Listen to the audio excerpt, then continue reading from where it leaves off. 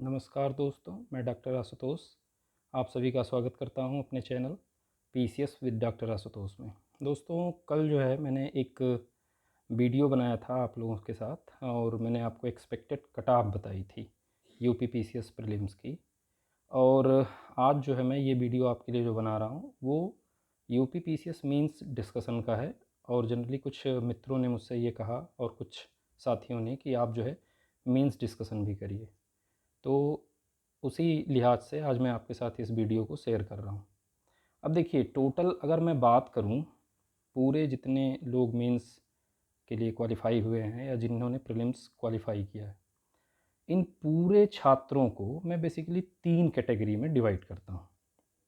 ठीक है, पहली कैटेगरी ऐसे छात्रों की है जो पहली बार प्रीलिम्स क्वालिफाई किए हैं और उन्हें पहली बार मेंस मिल रहा होगा, यूपी का स्पेशली। और दूसरे जो छात्र हैं, दूसरे प्रकार के जो छात्र हैं, वो ऐसे छात्र हैं जो 2 से 3 बार यूपी का मेंस लिख चुके हैं, लेकिन थोड़े मार्क्स से या ये कह सकते हैं कि उनके बैड लक की वजह से, जो भी आप उसको कहिए, वो इंटरव्यू के लिए क्वालिफाई नहीं हो पा रहे हैं, यानी कि मेंस क्वालिफाई नहीं कर पा रहे हैं।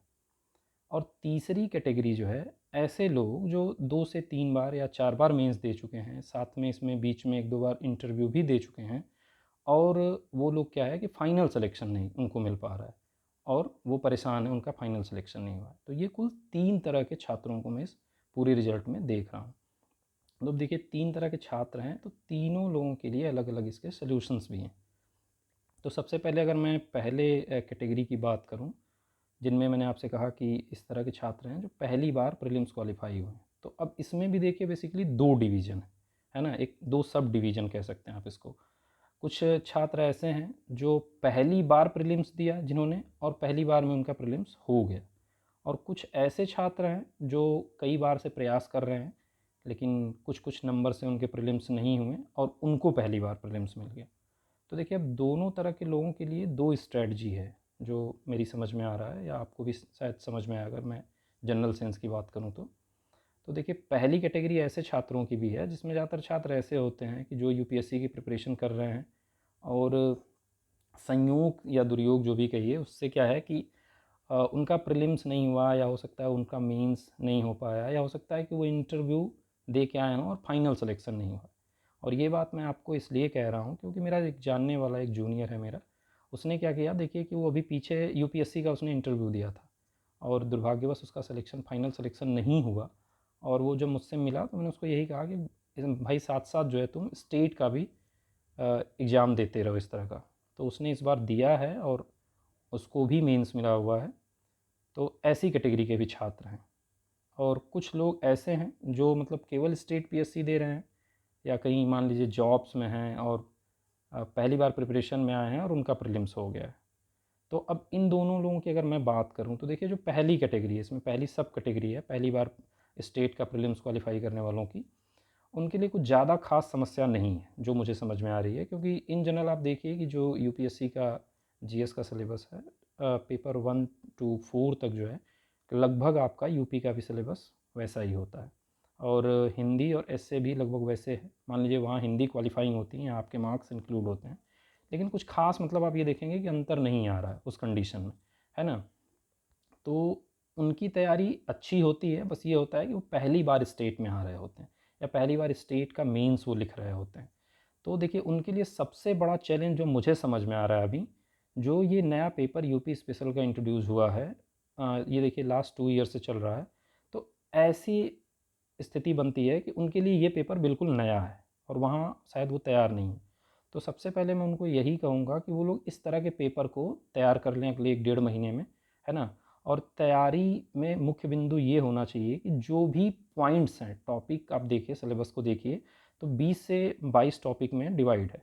तो मैं यही एडवाइस करूँगा कि आप पॉइंट वाइज जितना कुछ भी पीसीएस ने अपने सिलेबस में दिया है, आप पॉइंट वाइज शॉर्ट नोट्स जो है बना डालिए 1 से 1.5 महीने में, पेपर 5 और पेपर 6 के। क्योंकि पहले से आप प्रिपरेशन कर रहे हैं, आपके पास क्या है कि बहुत सारा स्टडी मटेरियल है, तो आप उस पर वर्क करिए और पेपर 5 और 6 के लिए आप तैयार कर लीजिए। और अगले 3-4 महीने आपके पास पूरे हैं जिसमें आप इसको अच्छे से कर सकते हैं। अब इसमें दूसरी कैटेगरी वो है, जो सब कैटेगरी मैंने आपसे कहा, कि जिन्होंने क्या किया कि कई साल से प्रयास कर रहे हैं और उनका प्रीलिम्स नहीं हो रहा है किन्हीं कारणों से, और उनको पहली बार प्रीलिम्स मिला हुआ है। तो मैं बताऊं कि इसमें देखिए, इसमें भी आप देखेंगे कि कुछ ऐसे छात्र होते हैं जो जिनकी राइटिंग स्किल बहुत अच्छी है और जो मेंस के लेवल पे बहुत अच्छे हैं, शायद उनको मेंस मिले तो वो उसी बार उनका फाइनल हो जाए पूरा सिलेक्शन। लेकिन चूंकि क्या हो रहा है कि वो बार बार प्रीलिम्स फेल कर रहे हैं, उनका जो माइंडसेट है वो ऑब्जेक्टिव टाइप माइंडसेट नहीं है, इसलिए जो है वो प्रीलिम्स फेल होने की वजह से उनको मेंस नहीं मिल पा रहा। तो ऐसे लोगों के लिए भी एक बड़ी अपॉर्चुनिटी है, और वो ये कर सकते हैं कि पहले से वो मेंस की तैयारी कर रखे हैं या नहीं भी कर रखे हैं, तो वो भी क्या करें कि पेपर वाइज जो है अपने सिलेबस को, जो सिलेबस में है पॉइंट वाइज जो है, पहले तो सारा आप नोट्स मेकिंग का काम कर लीजिए। अगर नहीं कर सकते हैं तो कोई प्रिंटेड नोट्स अगर मार्केट में है तो आप उसको लेके उस पर प्रैक्टिस शुरू कर दीजिए, है ना।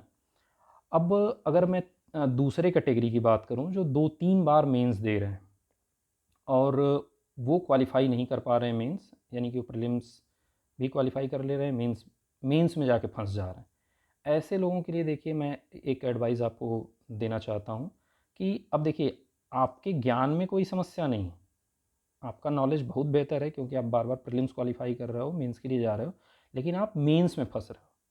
इट मीन्स कि आपकी राइटिंग स्किल में थोड़ी दिक्कत है कहीं ना कहीं। अब आप इसको समझ पाएँ तो बहुत अच्छा है, अगर नहीं समझ रहे हैं तो उसी को मैं समझाने की कोशिश कर रहा हूँ कि वहाँ क्या है कि आपको अपनी राइटिंग स्किल पे वर्क करना है और फोकस करना है कि कैसे जो है आप मीन्स का जो एक ऑब्स्टेकल है उसको पार कर पाएंगे। तो ऐसे लोगों को मैं ये सलाह देना चाहूँगा कि वो एक काम कर सकते हैं कि विभिन्न कोचिंग प्लेटफॉर्म्स हैं, मैं किसी का नाम नहीं लेना चाहूँगा यहाँ पे, ऐसा नहीं लगे कि मैं किसी का ऐड कर रहा हूँ। तो आप क्या करिए कि वहाँ से टॉपर्स की कॉपी डाउनलोड कर लीजिए, जो यूपीएससी के हैं उनके भी और जो स्टेट पीएससी के टॉपर्स हैं उनके भी। अब इसमें करना क्या है, आपको इसमें करना है सबसे पहली बात यह है कि आप क्या करिए कि जो पेपर, मतलब पेपर 1, 2, 3, 4 आपको यूपीएससी वाले मिल जाएंगे और स्टेट पीएससी पे आपको 6 पेपर मिल जाएंगे। अब इसमें करना बस ये है कि आप उन प्रश्नों को डाउनलोड करिए और सारे क्वेश्चंस पेपर से 2-2, 4-4 प्रश्न निकाल लीजिए और उसका आंसर्स मत पढ़िए। अभी जो टॉपर्स ने लिखा है उसको पढ़िए मत, उसको मत देखिए, आप सिर्फ और सिर्फ उन क्वेश्चंस को अपने अकॉर्डिंग लिखिए। और जब आप सारा कुछ लिख लेते हैं तो आप मैच करिए जो टॉपर्स की कॉपी है, और ये बस तलाशिए कि क्या उन्होंने ऐसा कुछ लिखा है जो आपको लगता है कि आपने मिस किया हुआ है, आपको भी मेंशन करना चाहिए था अपनी मेंस की राइटिंग में। और आपको ये समझ में आएगा कि अच्छा ये मैं लैग कर रहा हूँ, जो एक इन्हांस कर सकता है, यानी इनरीच कर सकता है मेरे आंसर की क्वालिटी को। उन पॉइंट्स को एक कॉपी पे नोट कर लीजिए और पेपर वाइज करिए ये। अगर GS1 का कर रहे हैं, GS2 का कर रहे हैं, GS3 का या GS4 का, पेपर वाइज आप लिखिए उन पॉइंट्स को अपने एक डायरी में या एक नोटबुक बना लीजिए कि क्या ऐसे बिंदु रहे जो आपसे छूट गए और टॉपर्स ने अपने मीन्स की कॉपी में उसको लिखा हुआ। ये चीज़ देखिए क्या कर देगा कि आपके आंसर्स की क्वालिटी को बढ़ा देगा, जिसके वजह से आपके नंबर कम हो रहे हैं और आप बार बार मेंस लिखने के बाद भी मेंस क्वालिफाई नहीं कर पा रहे हैं। तो जितना आप इनरीच करेंगे अपने आंसर राइटिंग को और जितना आप बेहतर बनाएंगे उत्तर लेखन शैली को, उतना ज़्यादा मार्क्स मिलने के चांस होता है और आपका सिलेक्शन उतना आसान होता है। ठीक है, अब मैं बात करूं तीसरी कैटेगरी के लोगों को, जिसमें मैंने आपसे कहा था कि ऐसे लोग हैं जो कई बार से मेंस लिख रहे हैं, जिन्होंने 1-2 इंटरव्यू भी दिए हैं और उनका फाइनल सिलेक्शन नहीं हुआ। अब ऐसे लोगों के साथ देखिए 2 प्रॉब्लम्स होती हैं। पहली प्रॉब्लम्स तो ये है कि मैं आपको बताऊं कि पहली चीज़ तो ये है कि उनके ज्ञान में कहीं कोई कमी नहीं है ना, थोड़े थोड़े मार्क्स से वो रह जा रहे हैं। ये शायद उनका, कह सकते हैं आप, बैड लक है या समय उनका साथ नहीं दे रहा है। जिस दिन उनका समय साथ देगा वो बैड लक जो है हट जाएगा वहाँ से। और उसी कैटेगरी में मैं भी हूँ अगर मैं अपनी भी बात करूँ कि मैं लगातार मेंस और इंटरव्यू दे रहा हूँ और फाइनल सिलेक्शन में कुछ कुछ नंबरों से मैं भी रह जा रहा हूँ। तो ये तीसरी कैटेगरी के लोग हैं। इनके लिए बस मैं ये कहना चाहूँगा, जो मैं खुद कर रहा हूँ और इस बार भी मेंस के लिए मैं वही करूँगा, कि देखिए हमारे पास मैटर की कोई कमी नहीं है, मटेरियल है मेरे पास, सारे पेपर का नोट्स है, हैंड रिटन नोट्स है मेरा बाकायदा बनाया हुआ। और सारे स्टूडेंट्स को मैं जान रहा हूँ जनरली कि जो इस तरह के स्टूडेंट्स हैं, सीरियस टाइप के स्टूडेंट्स हैं, एकदम लगातार दे रहे हैं मेंस और इंटरव्यू, उनके पास मैटर की कोई कमी नहीं है, नोट्स की कोई कमी नहीं है। उनको बस ये करना है कि आपको अपनी राइटिंग प्रैक्टिस को बढ़ाना है और अभी से बढ़ाना है ना। और आप मेंस क्वालिफाई कर रहे हैं और इंटरव्यू में जा रहे हैं तो आप कंपेयर करिए कि आपको पहले, दूसरे या तीसरे इंटरव्यू में किस में ज़्यादा मार्क्स मिले थे और किन पॉइंट्स पे आपको ज़्यादा मार्क्स मिले थे, उसको थोड़ा-सा आप एनालिसिस करिए और कहाँ आप उसको बढ़ा सकते हैं, है ना? और रही बात आंसर राइटिंग की, तो अभी से लगिए और ज़्यादा से ज़्यादा प्रैक्टिस करिए। और देखिए, आंसर राइटिंग वाली जो बात है वो सारे कैंडिडेट्स के लिए है। ये एक बहुत इम्पॉर्टेंट पॉइंट है जहाँ मैं आप सारे स्टूडेंट से ये बात कहना चाहूँगा कि जो आंसर राइटिंग का काम है उस पे सबको गंभीरता से लगना है। एक तरफ तो आप अपना नोट्स मेकिंग का काम करेंगे, जितना भी टाइम आपके पास है, समय का कोई रोना नहीं है कि नहीं है मेरे पास समय है नहीं, अब जो है उतने में ही करना है। देखिए, तो हमें क्या करना होगा कि अपनी एनर्जी को, अपने टाइम को बढ़ाना होगा मेंस के लिए।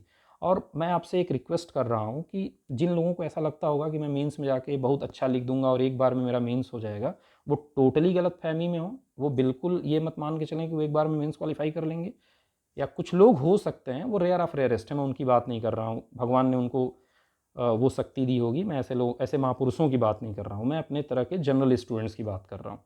तो इस कंडीशन में क्या करना है, और देखिए एक चीज़ ये भी है कि अगर आप आंसर राइटिंग किसी भी कोचिंग का ले लीजिए, मैं किसी कोचिंग का नाम फिर नहीं ले रहा हूँ, इसमें क्या करना है, अब हो सकता है कि बहुत सारे लोग इस यहाँ पे ऐसे भी हों इस प्लेटफॉर्म पे जो फाइनेंशियली सफ़र कर रहे हों या इतने पैसे नहीं हो कि वो मैं आंसर राइटिंग को अफोर्ड कर सकें, क्योंकि देखिए जनरली 10,000 15,000 सारे आंसर राइटिंग वाले लेते हैं।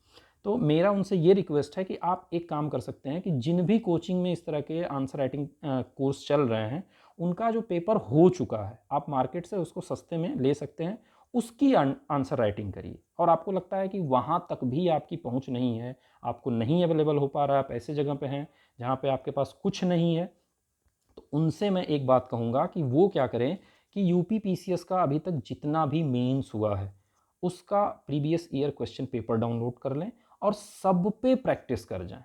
ये बिना सोचे कि उनको क्या आ रहा है क्या नहीं आ रहा है, इससे कोई मतलब नहीं है।